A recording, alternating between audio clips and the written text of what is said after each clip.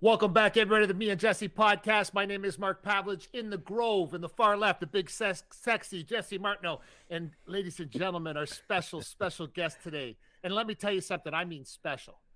The one and only Dan Caldwell. There in the house. Right there. Me and Jesse podcast. Like everybody's going, who's that? Who's that guy? No, you know what? No. You know what, Dan? You know what's funny, Dan? Only the hardcore people know you because when you used to wear makeup, and here we go, and I'm not going to get into it with everybody, but he was known as... Hold on. You got to clarify. When you say you used to wear makeup, you got to clarify this. But Got to be very clear about that. We have to put a slash next to your name still to this day, and everybody knows you as Punk Ass, right? Yeah. And unfortunately, you were bigger than that, in my opinion, right? So you were bigger than when you started, and I know you don't look at yourself like that, but even when I was telling Jesse today, I said, Jesse, let me explain who Dan is to you, to me as a cultural person. You're at the top of the food chain, so that's how I always looked at it. Thanks, Mark. I appreciate that, brother. Yeah, it's true. Like we were at a time when MMA started. I owned a show in 1999. You guys started in 97, 98 with Tapout. And Right. and it was weird because when I went to the first, when I was walking around and stuff, I didn't think anybody knew who I was. But at that time, it was the UFC and my show, the MFC, and there was nobody else. So I was walking around, people knew who I was, and I'm like, I didn't even know who I was. And then when I saw you guys for the first time, I was like, who are these guys, man, walking around all crazy and shit? You guys had so much energy, and it was just like it was something. It was different. Yeah, you remembered us. That's the point. Yeah, right. We were coming in. Yeah, we had. I didn't personally wear makeup, but Charles had makeup on. That's right. His war paint, he called it, and that was the whole point, is that you remembered us. And it took us a couple shows to kind of realize that there's a lot of noise out there and things that we just know today that just come second nature because of social media. We know this stuff today, but back then we didn't understand. It took us a second to kind of figure that out, and people are still figuring that. Of course, people who grew up in the ad space probably or went to school for that know that stuff, but we were both ex-police officers, and we didn't really want people to know we were police officers. So we were kind I'm of glad you said it. undercover. I'm glad you said it because I didn't want to start off like that because people are like the way people perceive police officers today, right? I mean, it's horrific. Well, it's even worse today. Yeah, it's really bad. We just wanted people to underestimate us. Right. We didn't want people to see us coming. So when we came through that door, it was like, who are these dudes? These guys, we ain't got nothing. And then we're slitting their throats, It's like we're coming across it. We're trying to take over the world. We don't want us to, if they know we're coming, then they're going to be prepared. Right. We walked in the door and they weren't ready for us.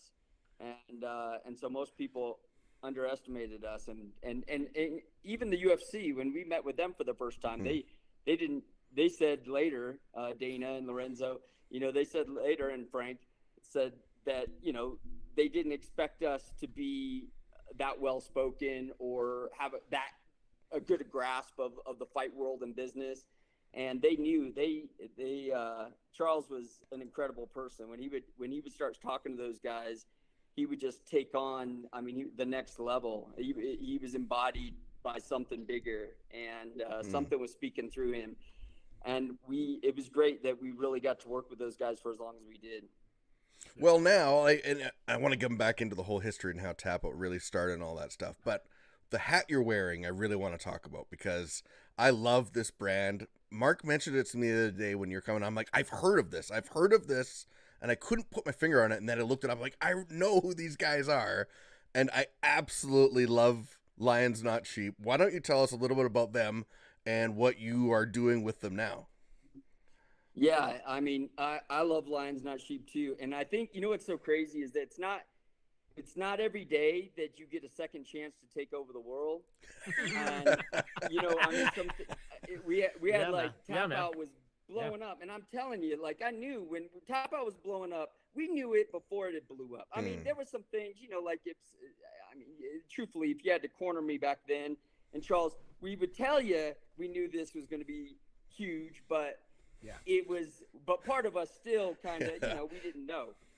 But we knew it. We knew because everybody who watched anything to do with fighting, your show, Mark, when people would talk about it, they get a different enthusiasm. They start talking about it, and they're like, "Oh my gosh!" And this guy and he kicked him in the head, and he went down. And, Yeah, it's like you have to tell. It's the thing you're talking about on Monday morning when you go into to work. Yeah. And so that type of we understand that better now in social media, but that type of viral, that's all we had for viral contagiousness. It was like like you had to have people talking about you. And we always said this. Me and Charles and Scrape would give this analogy. We would say, look, if you go to your favorite band in the world, let's say that's Metallica for you, and some girl to the left of you takes off her shirt, and then a fight breaks out to the right, where's everybody's eyes going? The fight. Yeah, man. They don't want to miss the fight. You have the best band on the planet. Yeah, man. Hi guys, my family just walked in. Let's forget the one part. But they have the best band on the planet playing in the front, and then going on the other side, and then on this side you've got a fight going on, and that's where everybody's eyes are going. So true. We knew that this was going to be something, because you just didn't have that in anything else. I mean, you could kind of talk about that in hockey. And of course you could talk about that great shot, the buzzer shot that they took once, it only happened once in a while in basketball or baseball, that grand slam home run. But most of the time you just wouldn't have that. In fighting, you have it every time. What's that, buddy? He's gonna knock my lights off. No, that happens all the time. People's kids come in and but, stuff. That's the truth. Yeah. It's like fighting is just another level, and we knew it was going to be contagious, and that it would be the thing that people are talking about the next day when they got to work, and that we just wanted to be a part of that conversation. And so, how do you stand up to that? That's where all the makeup and craziness and looks came from, and the bandana. It was very thought out and methodical, even though we wanted it to look like it wasn't as much, even though it was our characters too. It was who we were. We were just trying to expand on who we were as people. And those are the characters that kind of came out. But this whole Lions Not Sheep, when I saw this, it's, to me, this is the same thing going over again. You have people, I cannot walk anywhere, any day without somebody saying something about the shirt that I'm wearing or the hat that I'm wearing, because that's what's happening right now. And it's just that contagious. People are talking about it every single day. And we were talking about this yesterday. What we stand for is more important than what we're selling right now. Right. Now that's why people are talking about it. Does it come? I know the owner, Sean Whalen, right? And so Sean Whalen, and I thought, like, I know his kind of personality, and I know your personality. Right. And when you got together with him, and they made you you're like the CEO of the company.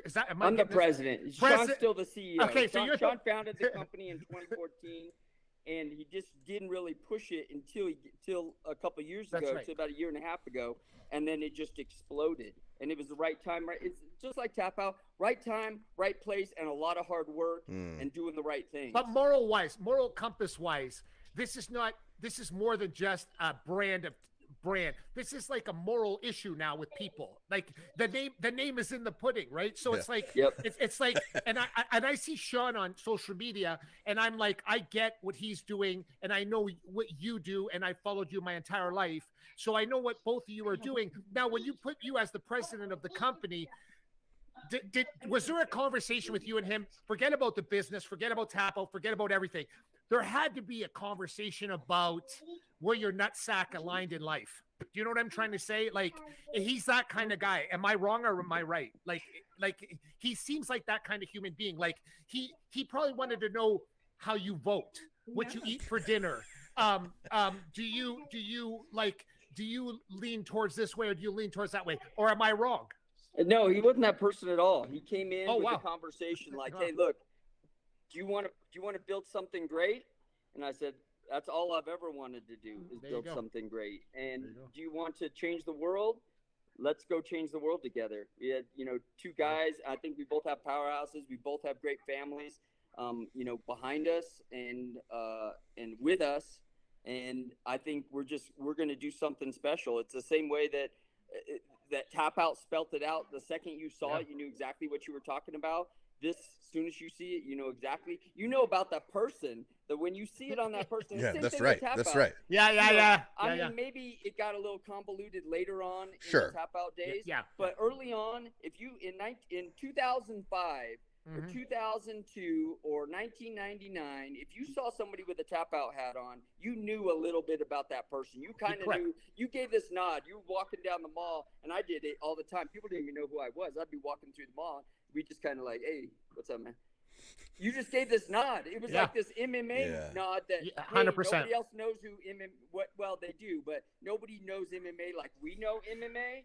And we're walking through the mall, and you give that like casual nod. That's the same thing. But Dan, when now. I started MMA in 1999, no one knew what MMA stood for, but they knew what Tapout stood for. Isn't that weird? So when people would ask me, they'd be like, "Mark, what's MMA, man?" And I have to explain it to everybody. Like, oh, you know, there's kicking, there's boxing, there's wrestling, and then people would know. But Tapout, people knew before what MMA stood for. They knew what Tapout stood for before MMA stood for when I was coming up.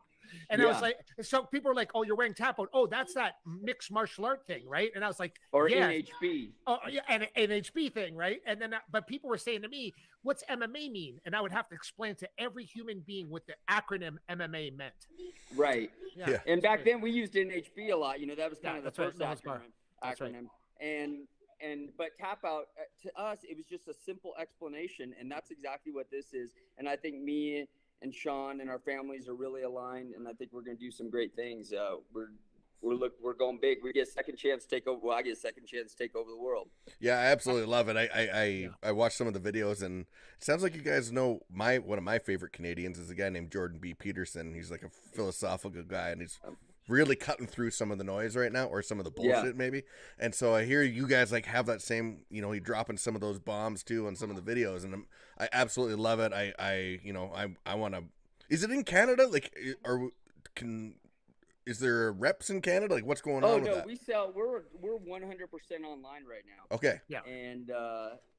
And it's just exploded. And we can go into stores, but I'll tell you the reason why. The world's changing, and if you want to kind of control the narrative in a place where people want to make up their own narratives and they got their own agendas, the only way to do it is online. That's the only way you're going to be able to control the entire narrative. Yeah. And so not to say that we won't go outside of that right now, but it just, to us, that makes sense. And that's what we're going to continue to do until things change. Yeah, that's really cool. I love it. Everybody. And Sean's a powerhouse. I mean, if you've seen his personality, these guys, and I don't want to compare him to Charles, but because they're two different people. Yeah. But when you talk about power, a great partner, and having a powerhouse for a person as a partner, and when you guys both are like-minded individuals and think in the same way, definitely a great partner to have. Talk about that partnership that you had with Carl, like in going through the hard times of building the brand and all that stuff. What was it like to have someone there by your side that you could kind of go through and, you know, fight or not fight, whatever it was, to work through the difficult Wait, you're time? talking about early days with Charles? Yeah. Charles, yeah. Sorry. Yeah, Charles and Scrape, you know, we all had different, we were kind of all three different people. And so we had different strong points, and we always leaned into each other at different times. There were times when I was having a bad day, and I at one point had thrown out all the furniture in our office into the parking lot. And, you know, Charles walked me off that ledge. Yeah. There are times when, you know, he had some really bad times, and he got, you know, it was a situation where I had the right words to say to him, or Scrape would have had the right words to say to him. And, you know, Scrape was just he's just a guy that was ready, you know, hey, are we going in? Okay, we're outnumbered by, you know, 1,000. Okay, let's go. Let's go. I got your back. He just never questioned the fact that we were going to war. And there were a lot of guys that did. There were guys who were in our group early on before we did our TV show. And those guys, I told them, I said, man, I'm telling you, like, they were ready to walk out. And I don't want to say who they are or anything, but they were part of the crew. They would have been, I mean, they were in that group. It would have been them too. And there was a conversation where, they were like, oh man, you're asking us to do this and that, and we're having to go there, and we're hardly getting paid. We're just giving them like gas money and a few bucks to eat with. It's like we're sleeping on floors in hotel rooms because we're sleeping, 5 to a room or 6 to a room, whatever, we have to make it work. We're driving back. We would go to events, and like, I can remember going to, Arizona. We would go to Arizona for a fight, a Rage in the Cage, that Roland used to put on there. And we would drive there in our broken down van, and we'd get there. We'd break out all of our stuff, sell at the event, and go, oh man, we didn't make it. We start paying out everything, and we got to pay $500 for the table, and this much for some advertisement that we did, and 2 fighters that we had in the show. We give them $100 each, and then by the time you left, you're like, dude, we can't get a hotel room. Like, we're just gonna have to get back in the car and drive 6 hours back to California because that's the only choice we have right now. And so, that's those guys, Scrape and Charles and me, were willing to go through that. And there were some people. Do you talk to Tim? Do you talk to Tim today?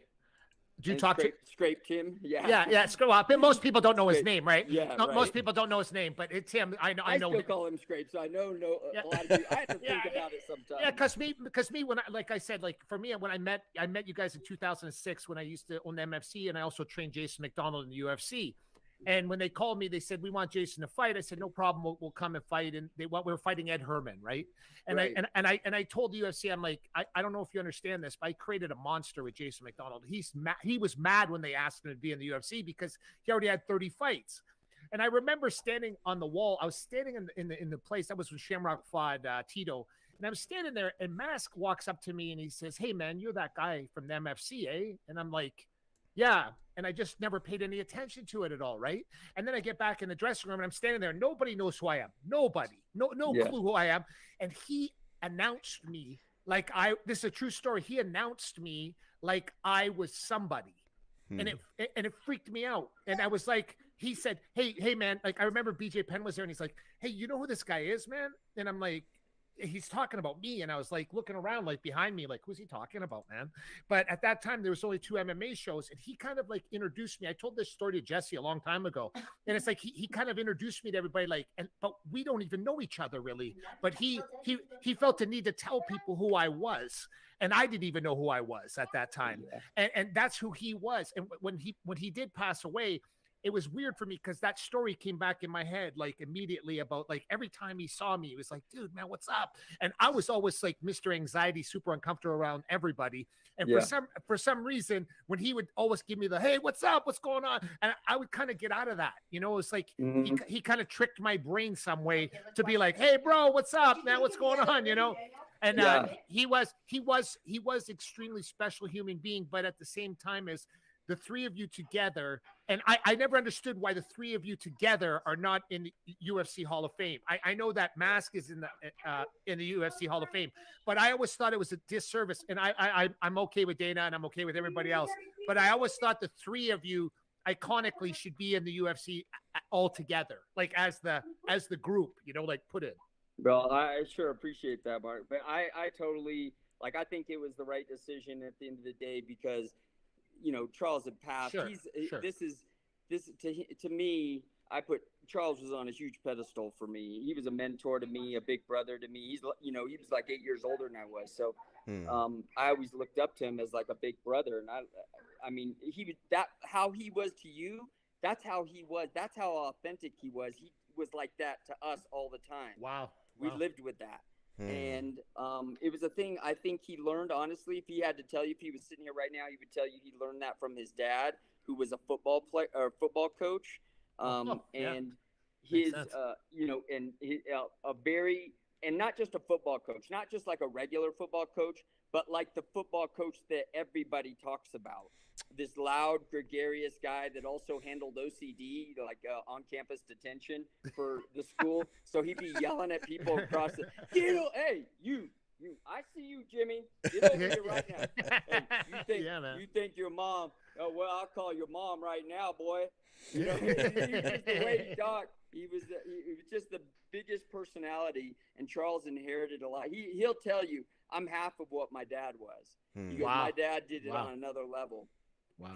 And that was just ingrained into him. He I would catch him, and he would tell me, he would say, look, when you talk great things over people while they're in your presence and other people in their presence, nothing will make somebody feel better.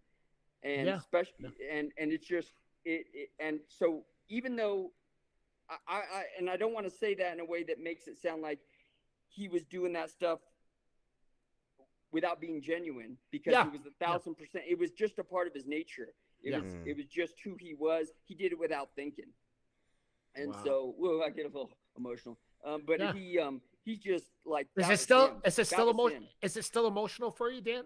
Is it still to this day? I just think good things about him, and I wish he was here when I think about some of the things that me and Scrape are doing, because I think he would enjoy all those things with us in some way. I don't know how, but in some way. Yeah. But I get emotional, I guess, when I think about the good times that we had together, like those moments that we would probably be sitting back, looking back together, and though we never looked back too much, we didn't do that. No, we weren't those people, but there are those moments where we drive back. Oh, remember when he said that? That was so crazy. We had him up against the wall. We had him on the ropes.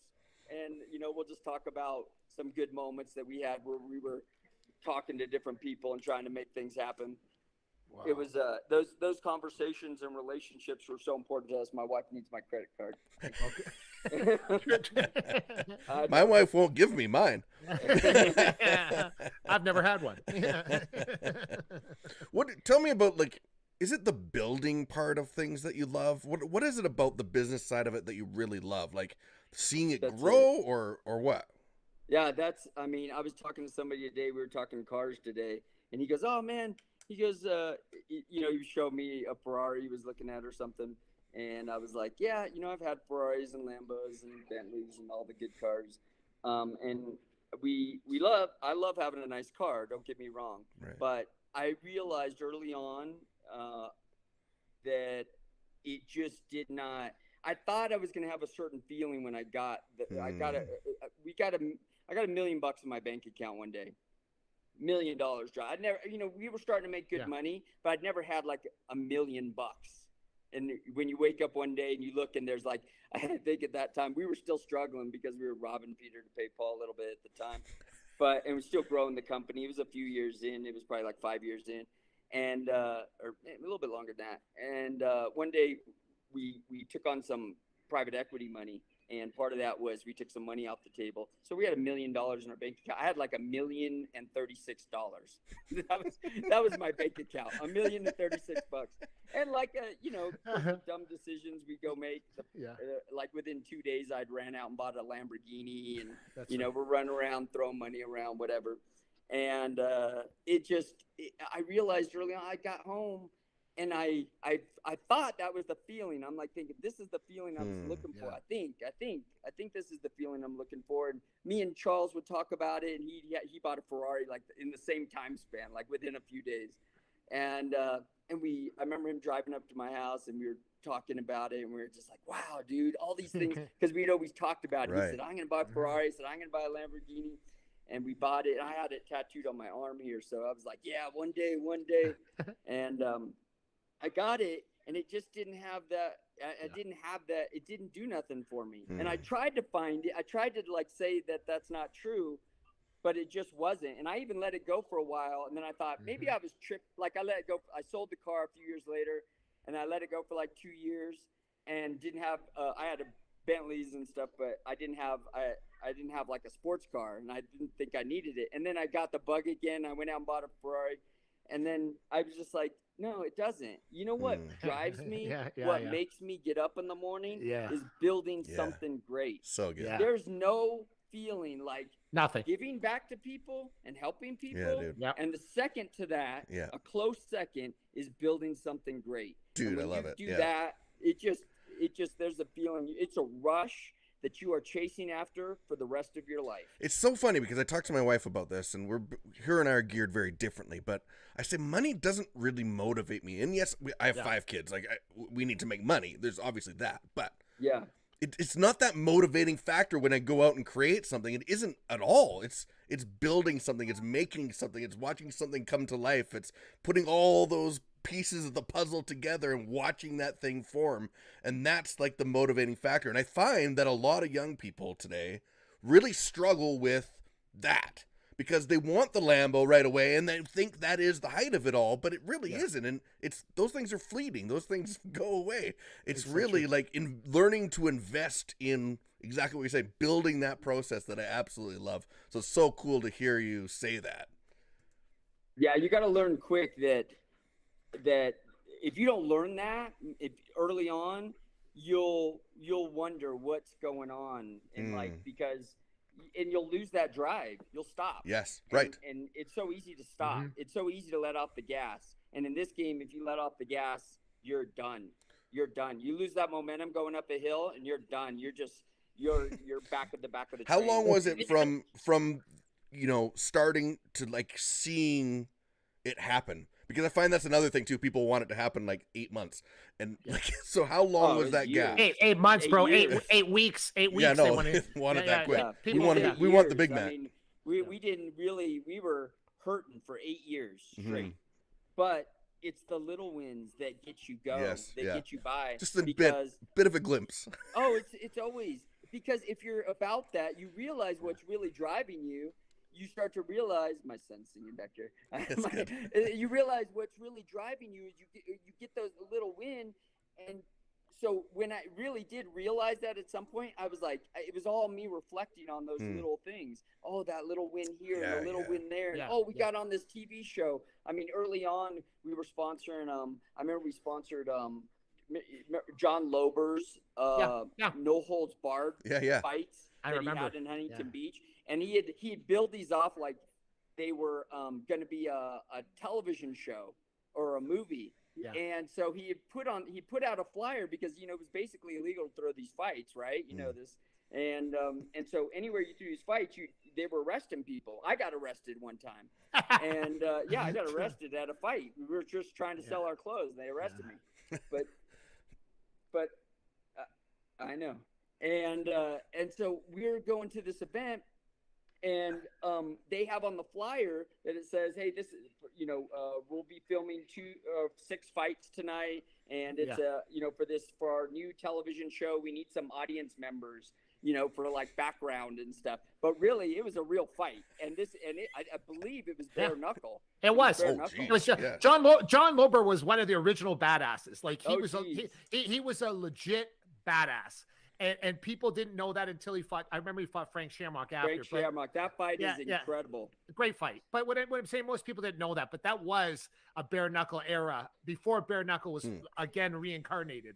Yeah, and that fight ended up making the news. And we had banners. We littered that place with banners. And we had, I think Eugene Jackson and Tim Lasik both fought for us in that fight. Yeah. And they had some moments captured during that news event. And I think Tito fought in there too. Aaron Brink fought in there. Some really good fights. Yeah. And but we got it on the news, and we were on the news that night. And like, I mean, at the end of the day, I don't know what it did for our sales, because we were still really small at the time. People couldn't put the connection. This is 1999. People didn't quite have the connection with internet and, television and like if I see it on the television, I should go back to the internet. They didn't quite think like that yet. No. But we were still on TV, and for us, like those moments like that, I can remember that moment. I can remember walking in my little condo and just talking to Charles, and we were on top of the world. Like, did you see it? Oh my God, they're on the TV, and everybody saw that. I had like 6 people call me tonight. It's like, those conversations are what gets you through. And that was huge back then. You know what I'm saying? Like, those little hits were huge because, like you said, it wasn't a Facebook thing. It wasn't an Instagram thing. It was hey, we were on TV, man. Like, it was a big deal. Yeah, because there was no, I mean, even the pay-per-view, that was we were on pay-per-views at that time. We had big logos coming into the UFC, but you weren't on mainstream television. Right. Nobody was. Yeah. No, they never even heard about it. I remember when you guys were with UFC, and when I remember when some of the guys I trained and managed at the time were putting on a pair of Tapout shorts for the first time. It didn't matter how much money you gave. That wasn't the issue. It was the issue that I was wearing Tapout. You understand? Like these guys' faces. I remember it like yesterday, and it was how many years ago? And the guy would be like, "Oh my God, Mark, we got Tapout." I'm like, "Dude, you've been christened. Boom, boom, you're in. You're in. You're wearing Tapout shorts, and you're in the UFC. Now go fight. You got everything. There's nothing stopping you now, right?" And that was something like I said, when I was talking to Jesse about you being on the show today, I was saying like I was there when it was going on. So for me, it's like this fog of like craziness that I remember seeing.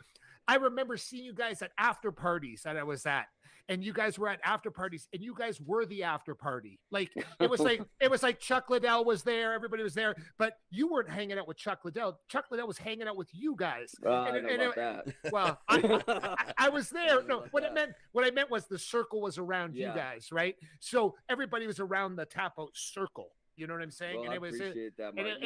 We're all pioneers. We're all pioneers of the day and age. I mean, a lot of those guys were early to the game. I mean, imagine how much Chuck would be making today if he was doing, knocking some of those guys out. He would be, he'd be making 8 million, 10 million a fight. Easy. He built the UFC. I mean, agree. this guy came in and he built the UFC. I mean, not that everybody didn't do their part and everybody did great work, but he came. It's all timing, right? I mean, it's timing and doing the right thing and the energy and having the right team and all that put together. But when he came in and just started knocking people out, and it was the Mike Tyson. He was Mike Tyson of MMA. Yes. And there was nothing that was a perfect storm at the time. Chuck was knocking people backing up.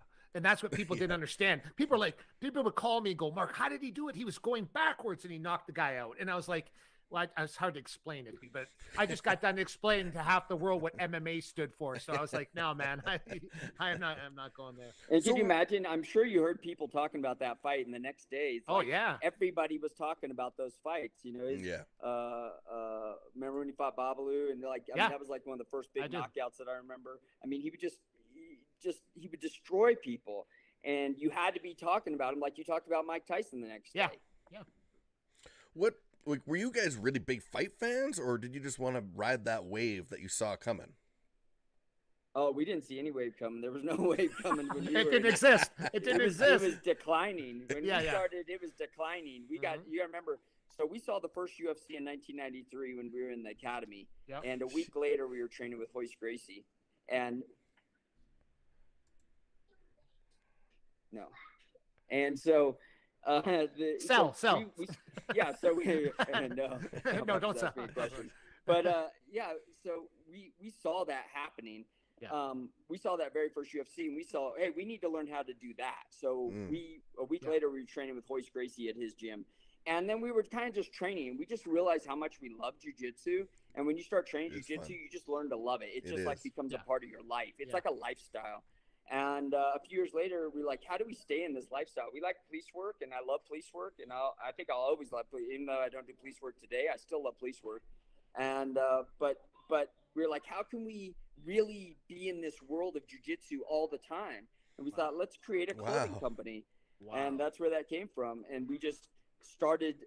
But back then, you got to remember, it was right there when Merowitz had just bought the UFC. That's right. And so he was trying to make things happen, but they wouldn't allow it on TV. They were cutting him. They wouldn't let him do shows in Canada. They were like blocking off all his shows and arresting people and cutting him from pay-per-view. And so he was trying to do something big with it, but at some point he got beat up. He just got beat up by everybody. Yeah. And they eventually said, hey, he was like, he threw in the towel and said, hey, I'm looking to sell this thing. And so it was like, at that point, it was all going downhill. So if you'd asked us, but when you asked us whether it was going to happen, we still believed that was going to happen. The cream rises to the top. We kept saying that the cream rises to the top. When you have greatness like this, and this great big fight organization, this UFC, if somebody can just keep it afloat, and maybe it wouldn't even be the UFC at that point. We're like, maybe it's somebody else who's going to blow up and be the number one, right? Mark, everybody was like kind of like, there were a bunch of organizations when I started in 1999, there was nobody, and then in about 2003, I said, I'm going to take a break for a year. And I remember being at my parents' house by Detroit, and Dana White called me. And we were on the phone, and he was asking me about Jason McDonald and fighters I had.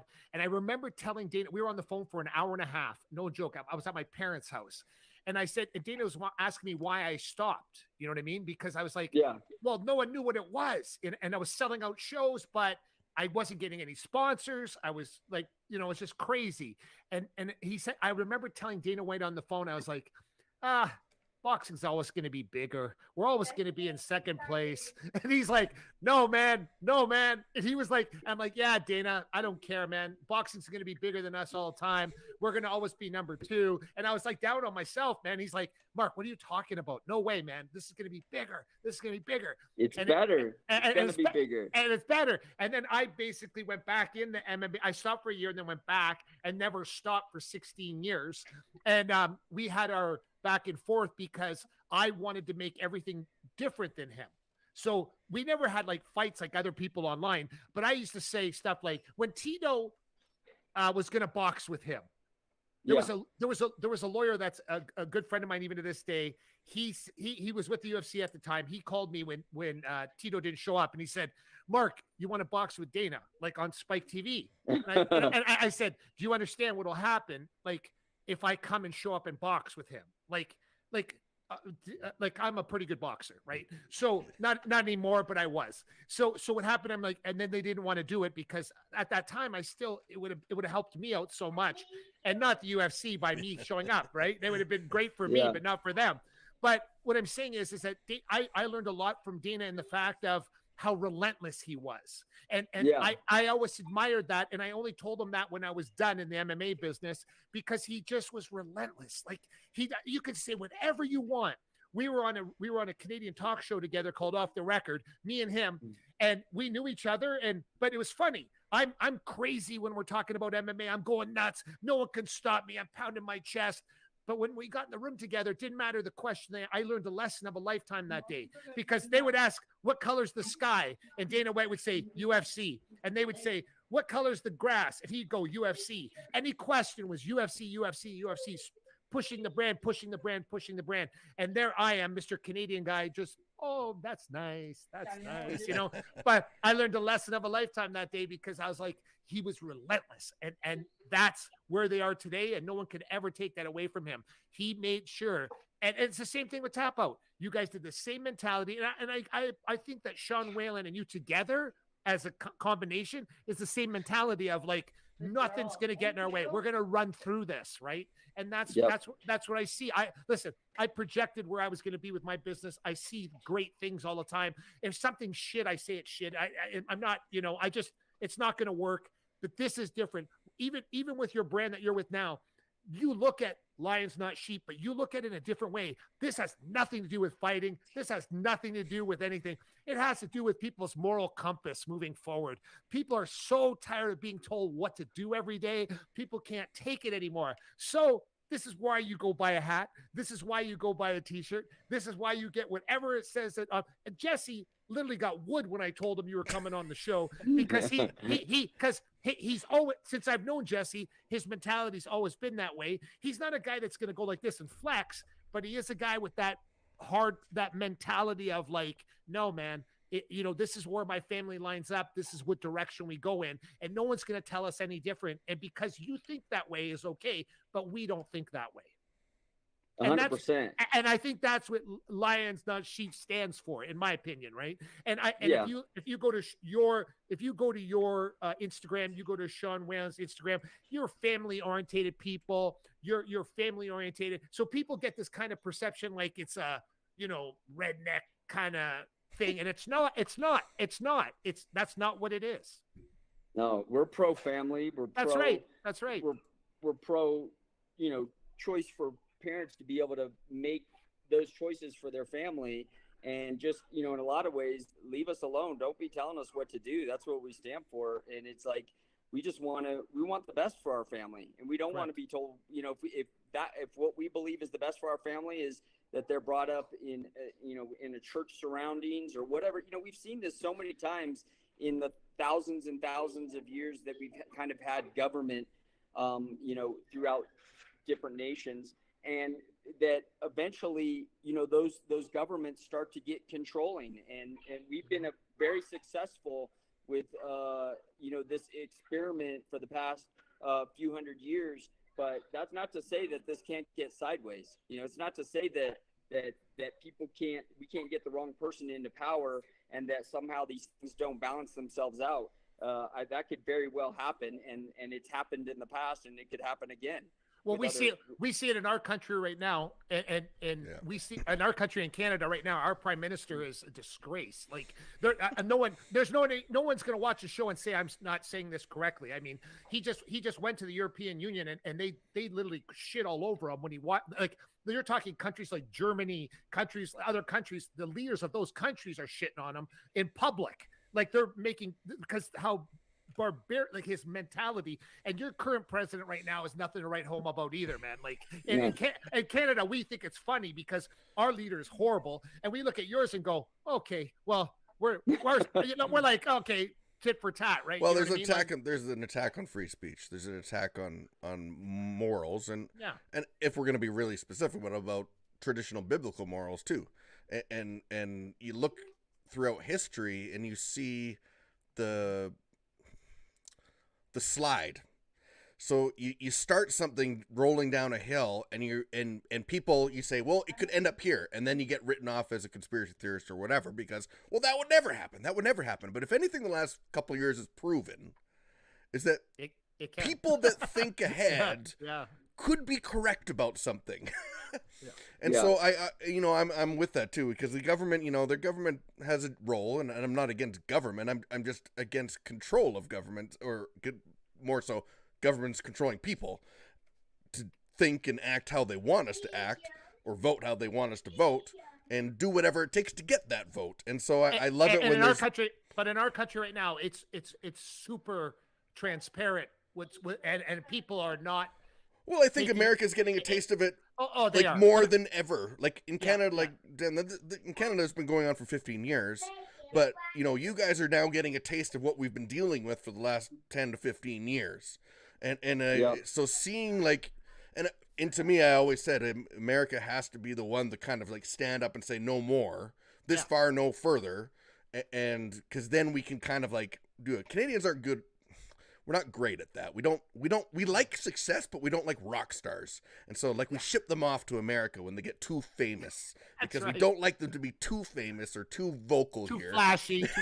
Yeah. And so we send them off to you guys to do something with them. But I love this brand. I love what you guys stand for. I love what you stand for too, because we need more people, and we need more entrepreneurs like that. We need more role models like that out there.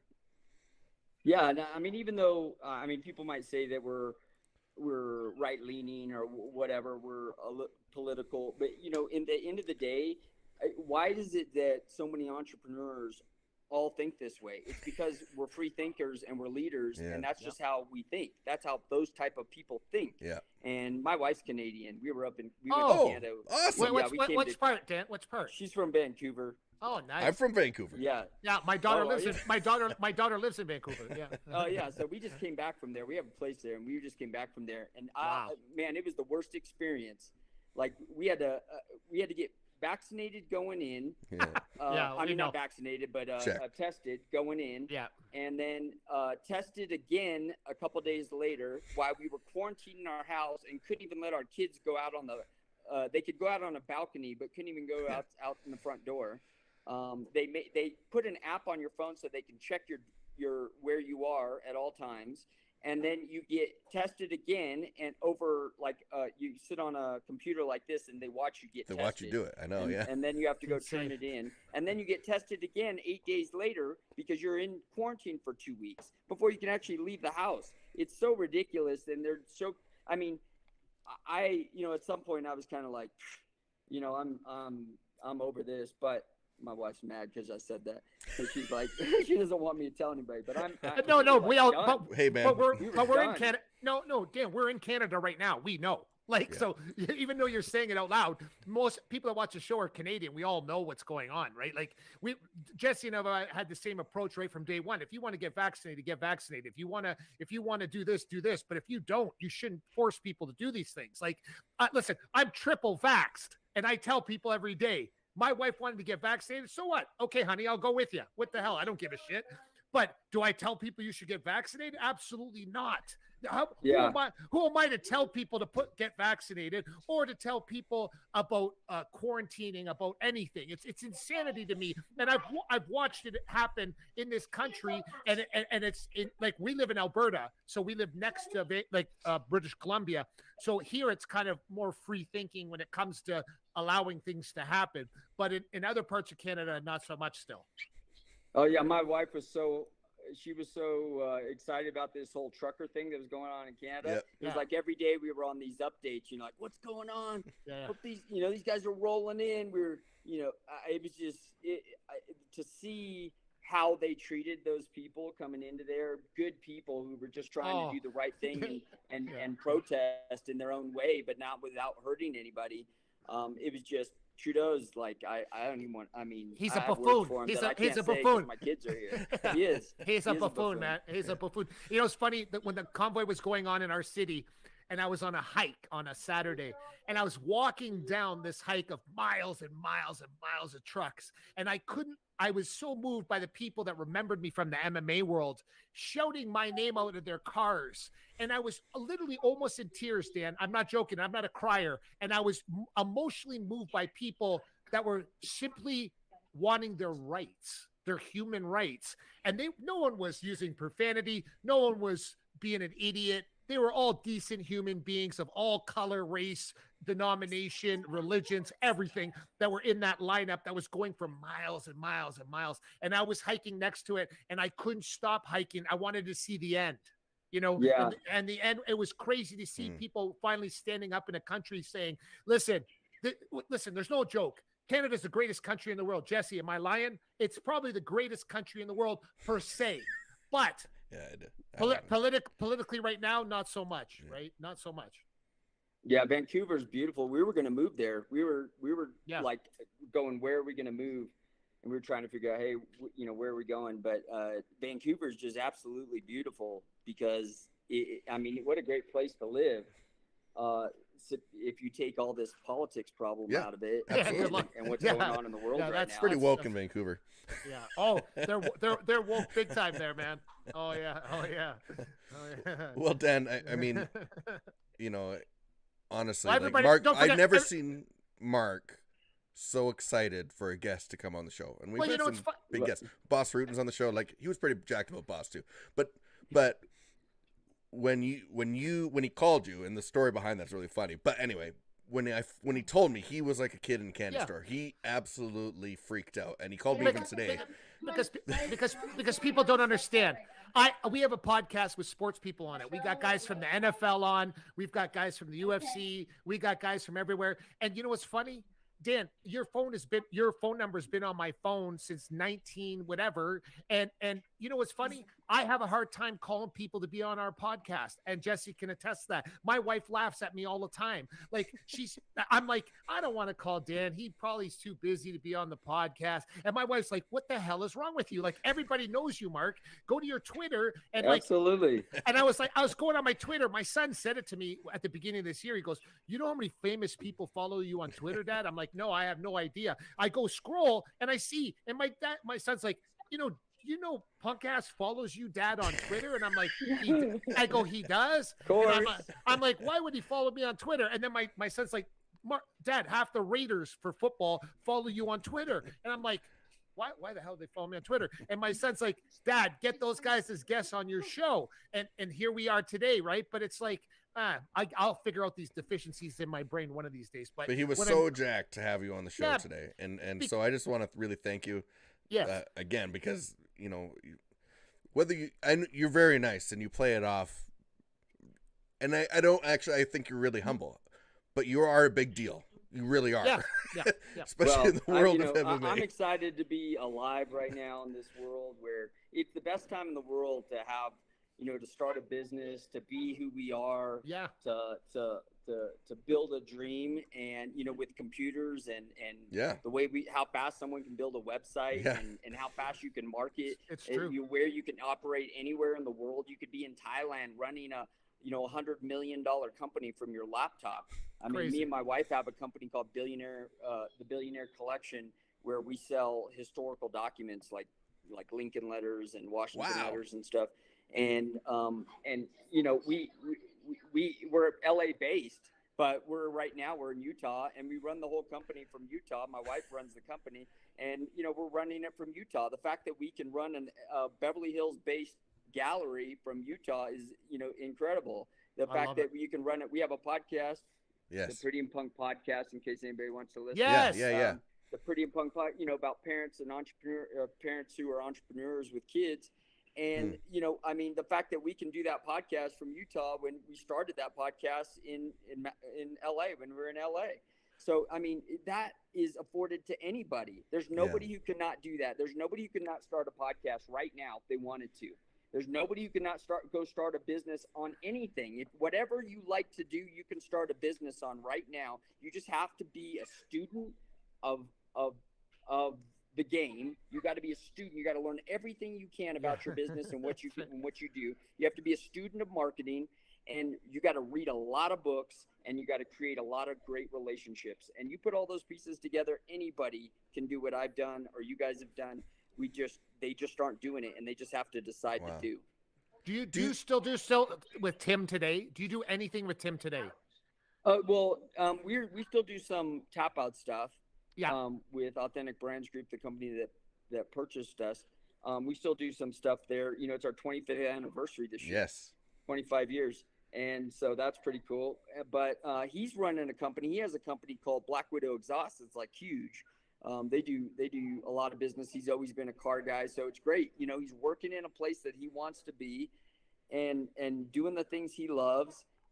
Doing car stuff and building. Do you see him? Do you see him often? Cars. Do you see him? I just talked to him today. We text, and it's like we have different lives. He's in Huntington Beach. I'm out now. I'm out here in Utah. I was in Malibu, but now I'm in Utah, and we're just like, it's like we love to talk about. We're talking about. I can't talk about, but there's a secret. There's something coming, that kind of a throwback to Tapout. It's big, and it's a throwback to Tapout a little bit. 25th anniversary this year, Right. Tapout, right? Right. But if something going with the UFC and Tapout, I can't say too much. But let's just say it's big and it's cool, and I can't wait for you guys to see it. So We're excited. I was just talking to him about that this morning, and so I love that Tapout will always be a part of the conversation of mixed martial arts and UFC. Forever. We'll always be a part of that conversation, like early, like the Babe Ruth and the Ty Cobbs of baseball. When you talk about early baseball, and again, like the fighters, they're the ones who really deserve the credit. I should say we're a part of that conversation, and I feel very privileged to have that. And I feel like when God gives you that, you have to make the best with it. You have to build something with that. Otherwise, it's like that story of the talents. Like I'm not going to be the guy who buried his talents. Right. I promise you. Yeah, absolutely. I just have to say it, Jesse, just so you caught it, because we've had this show. We've had great guests on. 98% of our guests have said the word God on this show. I just want to point it out to people watching. That's all. I'm not saying another word. 98% of people on this show as guests have said the word God. Jesse, am I right or am I right? Yeah, that's true. And we're okay with that. Yeah, That absolutely. says a lot about the people you bring on here. Yeah. Hey, we're just saying we're okay with that. I'm okay with that too. I'm glad to be a part of that crew. Amen. Believe it or not, I was a pastor one time, so that's right. Hey, and a good one, too. Yeah. Well, Dan, we just want to thank you so much for joining us tonight, and again, Lion's Not Cheap.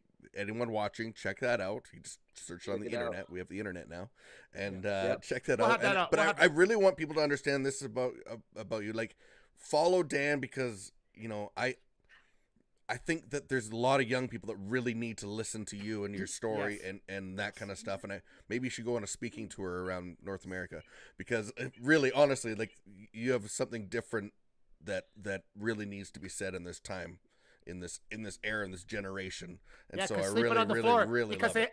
because they had to sleep on the floor, and you have to understand that mentality. Yeah. So maybe the kids today don't want to sleep on a floor in a hotel room with 6 other people, but the mentality of it has to be taught, and it's not being taught in schools. I can promise you that. Absolutely not. No. Well, thank you so much again for joining us, and I mean, it's been a great pleasure for you to join us on the show. Yeah, guys, thanks for having me man. on. I Thanks, love Dan. talking about some of this stuff, and glad to see you guys again. Glad to see you, Mark. Thanks, buddy. Good seeing you, man. You guys, we're all part of this crew, and I'm glad to be surrounded by people like you guys. That's what makes it all worth it. Okay, buddy. Well, Take thanks care, so man. much. We Okay, really see you appreciate guys. it. Take care, man. Take Bye. care. Bye. Fantastic. Fantastic. Excellent. Yeah, I mean, I think you're right, Jesse. I know. Years ago, you were cracking off saying about free speech, and I was saying, you're crazy, Jesse. You're crazy, and I'm like, you ain't crazy anymore, Jesse. You were exactly right, and I do believe that Lions Not Sheep is a brand that is exactly fighting against how people are taking away free speech, and I think they're a brand of people that wants people to know that, hey, we are family based, but we don't want our kids going to school and teachers. Well, it's just curtailing their there's a thinking. reason why you have like kids and Yeah. two people got together and had kids. Yeah. And if your family's together, shouldn't you have the right to raise your kids? You mean you took the sacrifice to stay together, to get married? It's me and Nikki's 20th anniversary this week. Wow. So you spend the time, you put in the effort, you go through the fights, you have the tears, you have the great times and the bad times, and you That's raise right. these little humans. That's right. Shouldn't it be me and her's decision on how they're raised? Correct. I don't need other people telling. And hey, I'm You're the right. first to take advice. I will always take advice. Listen, in school though, Jesse, don't you agree they should teach math, geography, whatever? Leave it at that. Don't tell my kids what to believe. But this and not is believe. I agree. Like I there is part of that is very true. Yeah. But this is more of an onus now back on parents. I really feel like parents, as parents, we have to stand up for what we believe and teach our kids what we believe. And you can yes, you can be a conservative and still love homeless people.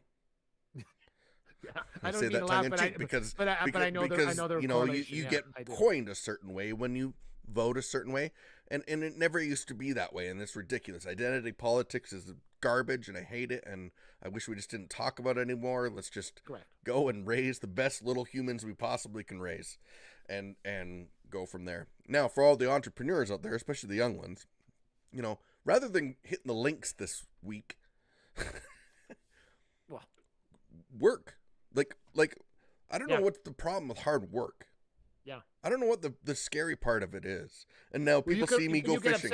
Yeah, but for example, people message me like, "Hey, must be nice." Yeah, it is. And I thank God every single day that I've worked myself into a position that I can go. Correct. But I couldn't go a number of years ago. I didn't have time to do that. That's right. And so, and I think that's what Dan points to. Like, there's times that we couldn't get a hotel room. We just had to drive for 6 hours back home after a long night of hustling and grinding all night long. And we went back home. And then, so there's a lot of those things going on. And I really want people to learn from the guys that have been through that. And he's been through it. Yeah. Well, don't forget about Crystal Glass. Crystal Glass for all your glass needs. And our newest sponsors, advertiser, Meatheads. If you're in the Edmonton area, check out Meatheads. You go to Meatheads. If you want meat, and I'm not talking meat from Superstar. Yeah. And I'm somewhat of a culinary, a little bit. I love it. You are a culinary. I love eating things. I eat chicken feet and pigs and cow's tongue and liver and hearts and things. It's coming out today, everybody. It's coming out today. Because it's delicious. If you want good stuff, you got to go to someone that knows about it. You don't...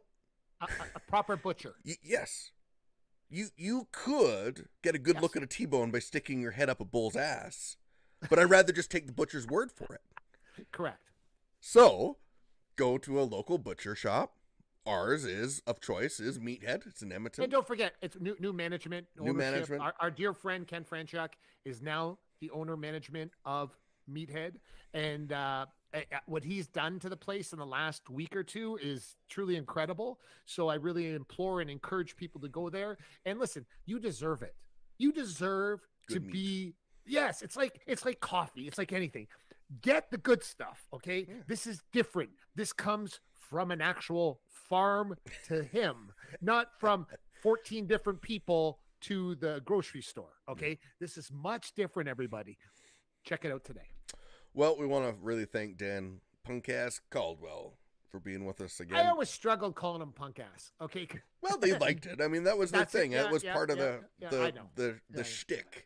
Is it's memorable, and they were right. They were memorable. Right. They were right. And so, it's a funny thing, but we really, really thank you for your time, and thank you for joining us tonight. Honestly, Mark was very excited about this show, and rightly so, because Mark knows a quality guest when he sees one.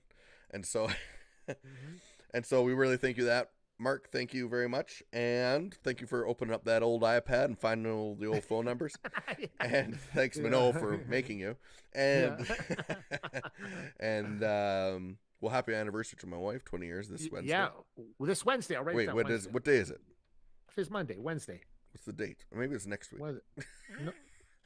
I'm making sure it's the April 27th. It's not this week. It's the week after. Next week. But it's Easter coming up. No, is it Easter this week? April, this Sunday. This Sunday. This weekend is April, so there won't be a show on Monday. So because it's Easter Monday. So yeah, I won't have a chance to say it then. So that's why I was saying it.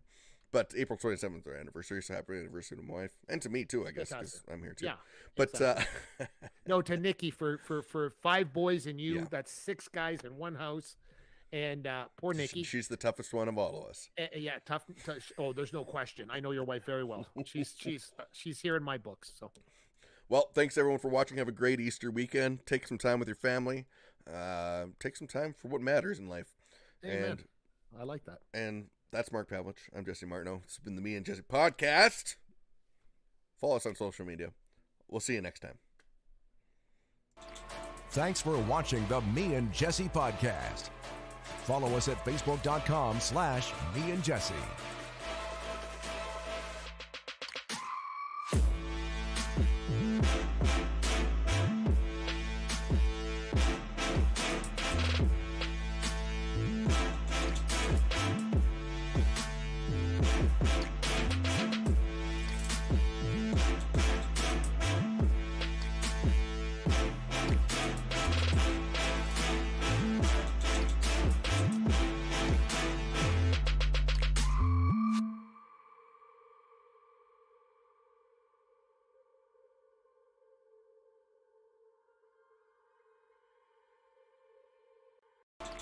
Thanks for watching the Me and Jesse podcast.